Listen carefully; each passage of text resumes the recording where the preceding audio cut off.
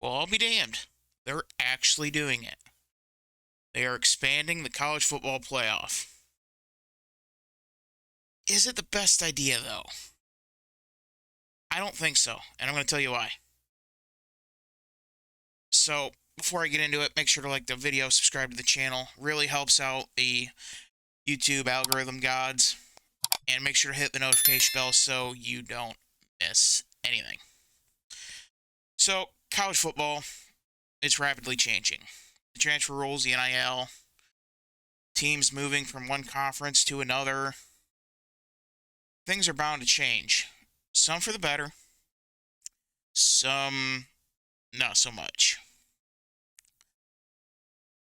This college football expansion, I don't think it's the right number. 12 is a very weird number to settle on. And keeping the committee with as much power as it does, I think is even worse. Before I get into what I think should happen, here's what is going to happen for those who haven't had the opportunity to essentially look it up.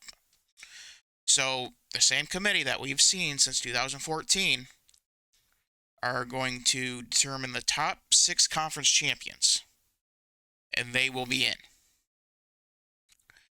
And the only way that you can get a bye is winning the conference.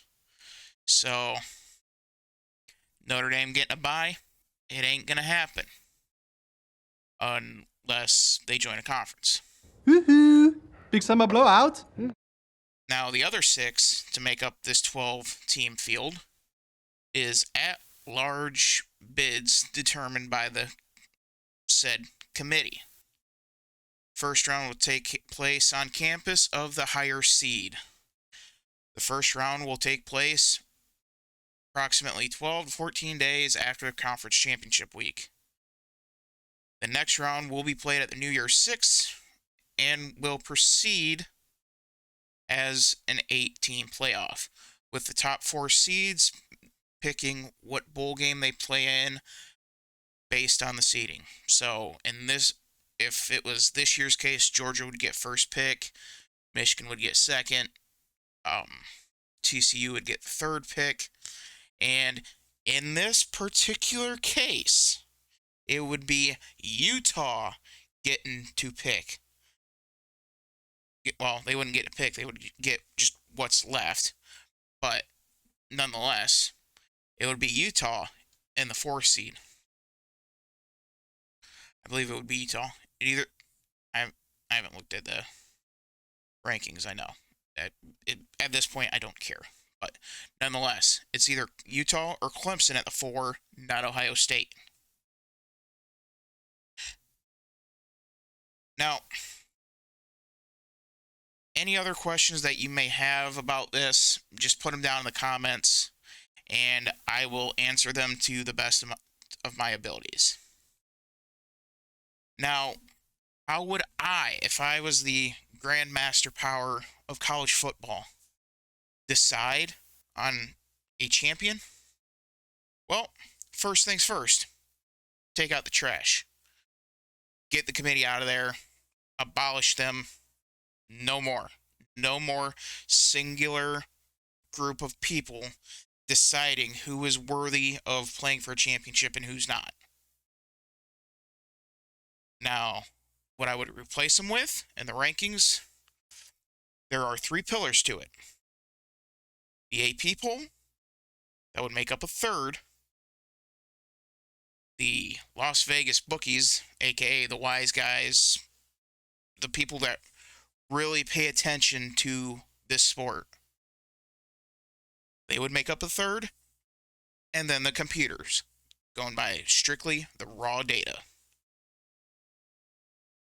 And have 3 different groups come together, compile the numbers, almost like the BCS, except instead of the coaches poll, which is one of the biggest shams in all of college football, and it's replaced with essentially Vegas. And they will be the ones to determine the top 25. I would still have a 4-team playoff.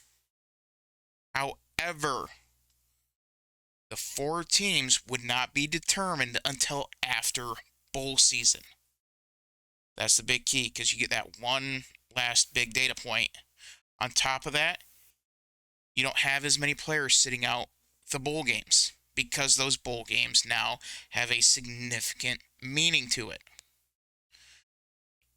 And on top of all of that, you get to keep traditions.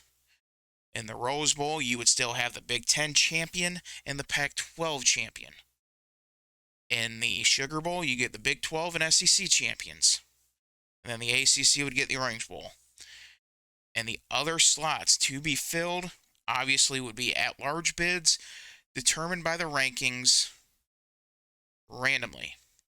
So you would have the New Year's Six, the 2 bowls filled with the conference champions, the ACC, into the Orange Bowl, and then you would go from the rankings on. The highest, they would get thrown into a bowl game, followed by the second. You know what I mean. Anyway, so now that we got that, now instead of playing at a neutral site for the college football playoff semifinals, they would be played on the home turf of the higher seed. Again, in this case, it would be Georgia playing in Athens against Ohio State, and then TCU going up to Michigan to play in the Big House. Now, then the championship game would be a neutral site. Nothing would change there as far as how they would decide that. But that would allow the students and the fans of that particular university to get a chance to be a part of a playoff game. Not have to travel across the country 8 different ways to go watch this playoff game. And you would still get the bowl game, come back home, and even celebrate it with the fans pregame, and knowing that you're going to have another game here. I would put it at a week to 10 days after, depending on when New Year's falls. That is how I would do it. I think that would be the best way to determine a champion. You get the extra data point. It's only adding 1 extra game. So player safety is put into consideration. And also, you don't have one singular group of people deciding. You have 3 different factors that would determine who is good enough to play in this playoff.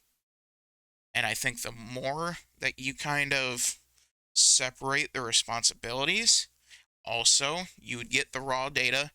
This is what Vegas thinks. This is exactly what the AP poll thinks, and this is exactly what the computer thinks. And it gives a lot more transparency and a lot less room for bias to come into play, like we have seen in these committees. So, those are my thoughts. Again, comment down below. How would you decide a college football conference champion? Because I think that would be I think that would be fun to go through and look and see what you guys think. And I think that's everything that I have to cover for now. So, again, make sure to like the video, subscribe to the channel. Again, helps out the algorithm tremendously. And I'll see you in the next one. Cheers.